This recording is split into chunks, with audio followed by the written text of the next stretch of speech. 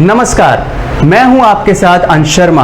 आप देख रहे हैं हलचल इंडिया, बेबाक खबर तेज असर। आइए नजर डालते हैं आज की खबरों पर। भारतीय जनसंघ के पूर्व राष्ट्रीय अध्यक्ष स्वर्गीय डॉक्टर श्यामा प्रसाद मुखर्जी के पुण्यतिथि पर सहारनपुर में बलिदान दिवस कार्यक्रम का आयोजन किया गया। बलिदान दिवस कार्यक्रम में पहुंचे भाजपा के प्रदेश अध्यक्ष व कैबिनेट मंत्री स्वतंत्र देव सिंह ने डॉक्टर श्यामा प्रसाद मुखर्जी के चित्र के समक्ष पुष्प अर्पित करने के बाद उनके जीवन से जुड़े संस्मरणों को सामने रखा। भाजपा के प्रदेश अध्यक्ष स्वतंत्र देव सिंह ने कांग्रेस समेत समाजवादी पार्टी पर अपना निशाना साधा। इस दौरान राज्य मंत्री कुंवर ब्रजेश सिंह, प्रदेश मंत्री चंद्रमोहन, जिला पंचायत अध्यक्ष मांगेराम चौधरी, विधायक राजीव गुंबर, कीरत सिंह, मुकेश चौधरी, पूर्व सांसद राघव लखनपाल, जिला अध्यक्ष महेंद्र सिंह सैनी आदि मौजूद रहे। डॉक्टर श्यामा प्रसाद मुखर्जी अटल जी से कहा कि तुम वापस जाओ और बताओ मेरी गिरफ्तारी क्यों हुई। तुम गिरफ्तारी मत दो, तुम जाओ और बताओ कि मेरी गिरफ्तारी क्यों हुई है। देश के अंदर डॉक्टर श्यामा प्रसाद मुखर्जी की गिरफ्तारी क्यों हुई, पंडित दीनदयाल उपाध्याय, अटल बिहारी वाजपेयी, देश में धरना प्रदर्शन, जगह जगह आंदोलन, लेकिन 23 जून 1953 को हमारा शेर शहादत हो गया। पंडित दीनदयाल उपाध्याय के कंधों पर भार आई, काम करते हुए जनसंघ का स्कूटर तोड़ देते थे सब। जिस सेठ के यहां चाय पीकर निकलते थे कांग्रेसी, उनके बिजली का तार काट देते थे। उनके कोल्ड में रखा आलू सड़ जाता था। बहुत अत्याचार किया कांग्रेसियों, बहुत दुख दिया करते थे। उस परिस्थितियों में जनसंघ के कार्यकर्ताओं ने काम करते हुए पार्टी को खड़ा किया। 67 में आते आते लोहिया पैक्ट के आधार पर पंडित दीनदयाल उपाध्याय ने 15 सालों में 5 राज्यों में सरकार बनाई। 68 में पंडित दीनदयाल उपाध्याय भी मुगलसराय स्टेशन पर हत्या कर दी गई। जब हत्या हुई, एक कुली ने देखा, पटना लखनऊ से बैठे थे, रामप्रकाश गुप्त उस समय डिप्टी सीएम थे, उन्होंने उनको स्टेशन पर छोड़ा। नहीं पहुंचे लोग रिसीव जो करने आए थे, फिर भगदड़ मचा कि पंडित जी कहां रुके, कहां उतर गए। तब एक कुली पहचाना स्टेशन पर कि पंडित जी का, ये तो पंडित दीनदयाल उपाध्याय। अरे क्योंकि ये सब राष्ट्र के पुत्र थे, भारत मां की सेवा करने आए थे। इनके जीवन का कोई लक्ष्य नहीं था, एक ही सपना था कि मेरी मां उच्च स्थान पर बैठे, पूरी दुनिया को दिशा दे।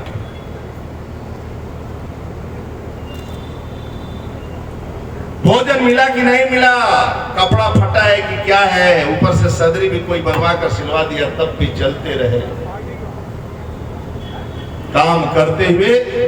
आप जैसे कार्यकर्ताओं को लेकर अटल जी ने एक सम्मेलन किया, अधिवेशन किया, और अधिवेशन में कहा, आत्मविश्वास था, कार्यकर्ताओं पर भरोसा था, क्योंकि भारतीय जनता पार्टी के कार्यकर्ता दुख और सुख में भी पार्टी के साथ खड़े रहते हैं।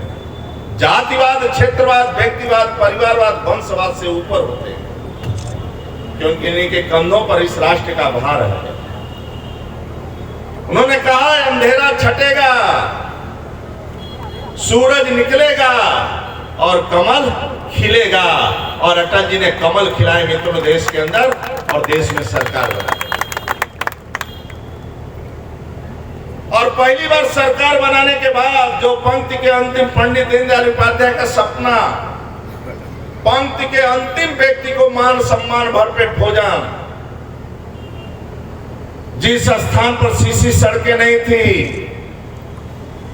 जिस गांव में लोग ब्याह करने नहीं जाते थे अपने बेटियों को, जहां पानी नहीं पहुंचता था, सड़क नहीं था, बिजली नहीं, वहां पर देश के गौरव अटल बिहारी वाजपेयी ने पहली बार प्रधानमंत्री के बनने के बाद प्रधानमंत्री सीसी सड़कें और नेशनल हाईवे 4 लेन लोगों ने देखा। वो डॉक्टर श्यामा प्रसाद मुखर्जी को बर्दाश्त नहीं हुआ। वो सदन के अंदर बोलते रहे, विषय रखते रहे। एक बार नेहरू जी विचार करना चाहिए, यानी कश्मीर में जाने के लिए परमिट वीजा होगा क्या, जैसे पाकिस्तान में होता था। बोले न परमिट होना चाहिए, न वीजा होना चाहिए। फिर भी नेहरू नहीं सुने। जब सदन के अंदर नहीं सुने तो एक आंदोलन का मार्ग था। वो आंदोलन के लिए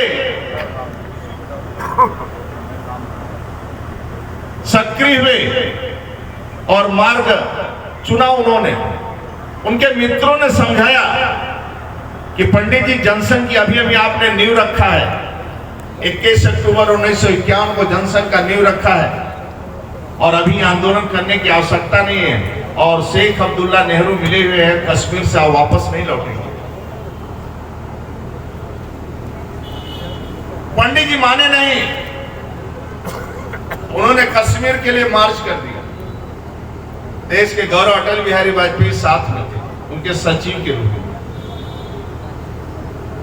सहारनपुर रेलवे स्टेशन पर पूज्य सरसंघचालक दूती गुरु जी का एक पत्र मिलता है, एक स्वयंसेवक पत्र देता है और उस पत्र में लिखा रहता है कि अपने आंदोलन पर विचार करिए, आंदोलन स्थगित करना चाहिए और कश्मीर जाने की आवश्यकता नहीं है। गुरुजी एक संत थे, वो भाग गए थे स्थिति में। डॉक्टर साहब माने नहीं, उनकी गिरफ्तारी हुई, शेख अब्दुल्ला श्रीनगर के जेल में बंद कर दिया। 23 जून 1953 को कश्मीर के अंदर उनकी शहादत हो। पंडित दीनदयाल उपाध्याय के कंधों पर भार आया। पंडित दीनदयाल उपाध्याय एक टॉपर विद्यार्थी थे, योग्य विद्यार्थी थे, कम आयु थी, नेहरू के सामने बहुत छोटे आयु थी, नया नया पार्टी था। मंडल का कार्यक्रम है तो मंडल अध्यक्ष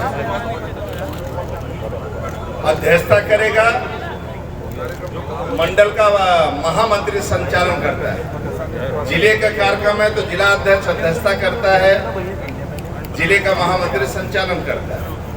क्षेत्र का कार्यक्रम है तो क्षेत्रीय अध्यक्ष संचालन करता, अध्यक्षता करता है और महामंत्री संचालन करता है। प्रदेश का कार्यक्रम है तो करते, एक सिस्टम है। इसलिए मैं कहा महामंत्री को बुलाओ, हमें बुलाएगा, धीरे धीरे उसकी आदत खोलेगा। हमारे बूथ के अध्यक्ष उज्जवल गुप्ता जी, सेक्टर के केश जी, यहाँ के लोकप्रिय विधायक राजीव गुम्मर जी, हमारे मंत्री ब्रजेश सिंह जी, पूर्व सांसद हमारे आदरणीय राघव लखनपाल जी, आदरणीय राणा जी, आदरणीय जिला पंचायत अध्यक्ष जी, हमारे विधायक मुकेश चौधरी जी, महेंद्र जिलाध्यक्ष महेंद्र सैनी जी और हम सबके वरिष्ठ नेता मित्र, हमारे प्रदेश के मंत्री, हम सबके सहयोगी, जिले के प्रभारी आदरणीय चंद्रमोहन जी, यहाँ उपस्थित सभी कार्यकर्ता बंधु, मंच पर उपस्थित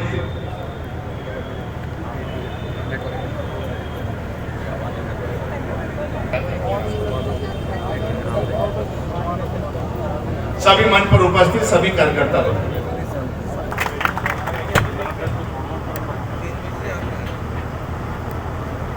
बहुत कठिन परिस्थितियों में यहां तक हम सब पहुंचे। आज डॉक्टर श्यामा प्रसाद मुखर्जी का बलिदान दिवस है। डॉक्टर श्यामा प्रसाद मुखर्जी एक लोकप्रिय नेता,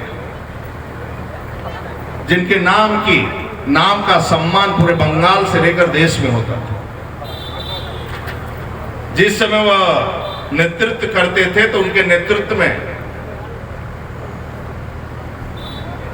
हमारे 30 से 40 बड़े बड़े विधायक भी कश्मीर के अंदर, बंगाल के अंदर हुआ करते।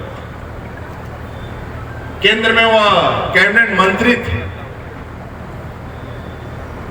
देश का बंटवारा या आजादी के बाद मंत्रिमंडल का गठन हुआ, उसमें नेहरू के मंत्रिमंडल में डॉक्टर श्यामा प्रसाद मुखर्जी मंत्री हुए, एक वरिष्ठ मंत्री। लेकिन जब शेख अब्दुल्ला नेहरू मिलकर कश्मीर को अलग राष्ट्र का दर्जा देने लगे, यानी कश्मीर का झंडा अलग होगा, कश्मीर का संविधान अलग होगा। अखिलेश यादव क्या कहते हैं, क्या नहीं करते, ज्यादा सुनने की आवश्यकता नहीं है। सपा कोई दल नहीं है, एक जातिवादी ऑर्गेनाइजेशन है और कभी भी उस पार्टी में कोई भी कार्यकर्ता अखिलेश का स्थान नहीं ले सकता है। जातिवाद, क्षेत्रवाद, व्यक्तिवाद, वो भी आजमगढ़ में भेजना हुआ तो आजमगढ़ में उनको कोई यादव नहीं मिला। आजमगढ़ में भेजे तो अपने खानदान कहीं आदमी भेजे। इसलिए उनके बारे में ज्यादा बात करने की आवश्यकता। हलचल इंडिया को लाइक सब्सक्राइब करें और खबरों को शेयर करना ना भूलें।